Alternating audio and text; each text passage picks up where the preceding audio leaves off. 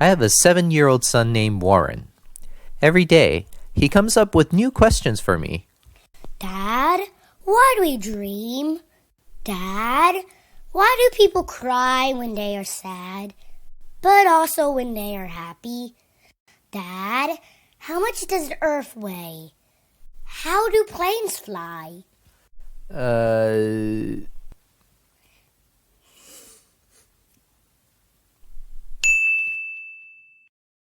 Learning is fun! Today, let's explore and learn together!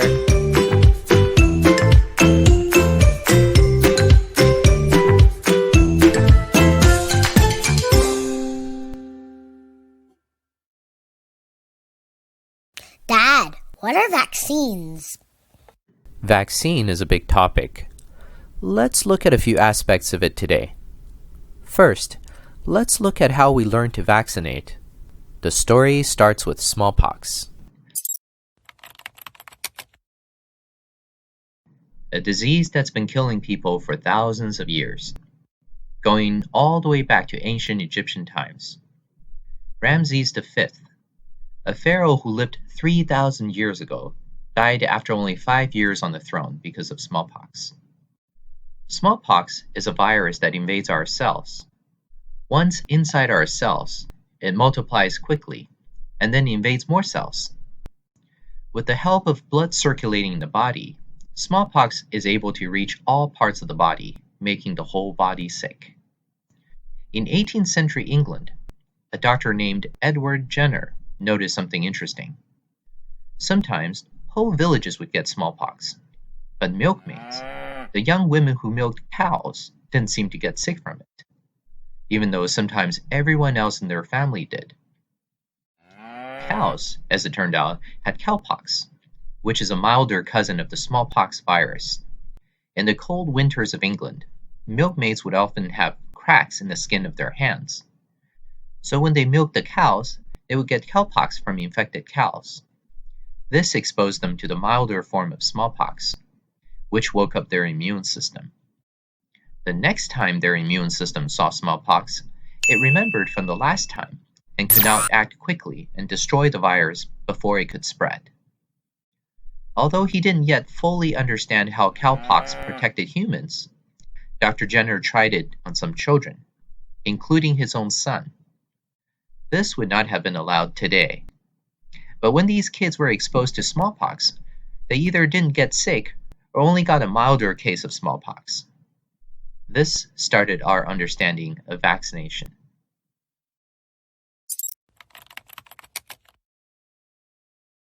The first person who actually made a vaccine through experiments and used it on people was Louis Pasteur, a French scientist in the 19th century. Pasteur was studying chicken cholera. The story goes, Pasteur asked his assistant to inject chickens with the bacteria right before the holidays. But the forgetful assistant enjoyed the holidays with his girlfriend and only remembered when he returned to the lab 1 month later. He then injected the chickens using the old cultures. Unexpectedly, the chickens only showed mild signs of the disease and recovered quickly. When Pasteur infected them with new bacterial cultures, none of the chickens got sick.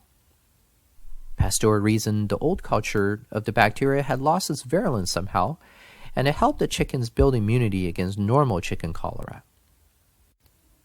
Another disease Pasteur studied was rabies. The way Pasteur decreased the virulence of rabies was through rabbits. He would infect rabbits with rabies, then harvest the rabbits' spinal cords, which he would use to infect the next generation of rabbits. And he did this for 90 generations of rabbits. That is a lot of rabbits. After that, he grounded the spinal cords of these rabbits into powder and put it under the sun to further weaken its virulence. Pasteur tried it on dogs and found it prevented them from getting rabies. So he tried it on humans. The first kid he saved from rabies was a 9-year-old boy named Joseph Meister. Meister felt so grateful to Pasteur, he became a door guard at the Pasteur Institute after he grew up.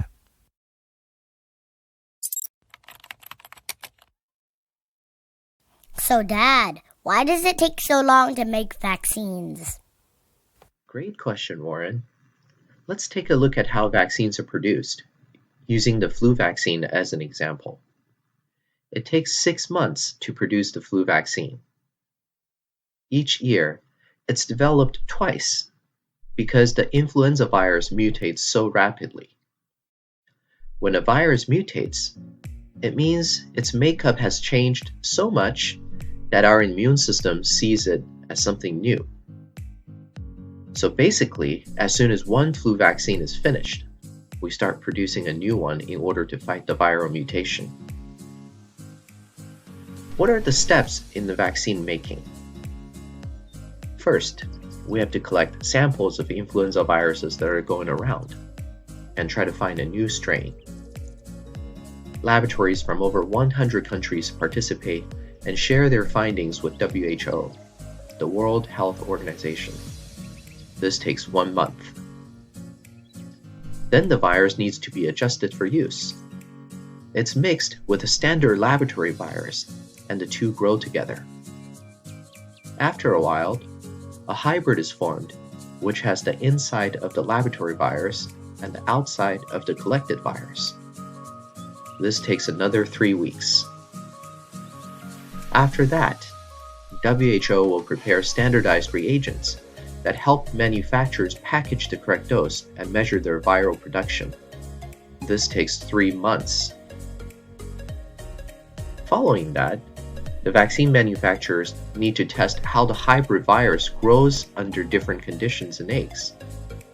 Certain viruses don't grow well in eggs, and others may cause the eggs to die. The testing takes another 3 weeks. Next, the virus is injected into thousands of fertilized eggs, which are then incubated. During this time, the virus multiplies quickly. The egg white, which now contains millions of vaccine viruses, is then harvested. Then the virus is carefully separated from the egg white. This is why if you have an allergic reaction to eggs, you may also have an allergic reaction to the flu vaccine. Scientists then kill the virus with chemicals and take out the outer proteins of the virus. These viral outer proteins are targets that our immune system will remember and attack. Producing each batch takes 2 weeks, and we have to produce many batches. Lastly, the vaccines are tested for sterility, their viral protein concentration, and safety. This takes another 2 to 4 weeks. So how successful are the flu vaccines?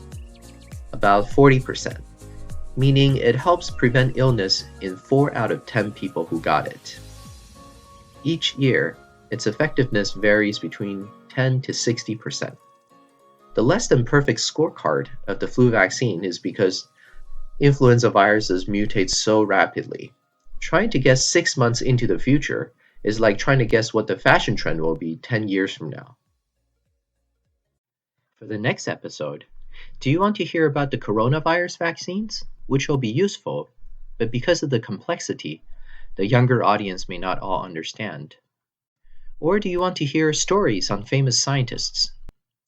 Learn about current technologies that will affect your lives in the future? Learn about interesting illnesses like multiple personality disorder, or discover important economic theories that you can apply in your daily lives? Please leave your opinion in the comment section below. Lastly, please remember to like our video and click the subscribe button. This will help our young channel a lot. Thank you for watching. Here's my joke of the day. What happens when a cat gets in trouble? I'll give you some time to think. 3, 2, 1. The answer is catastrophe.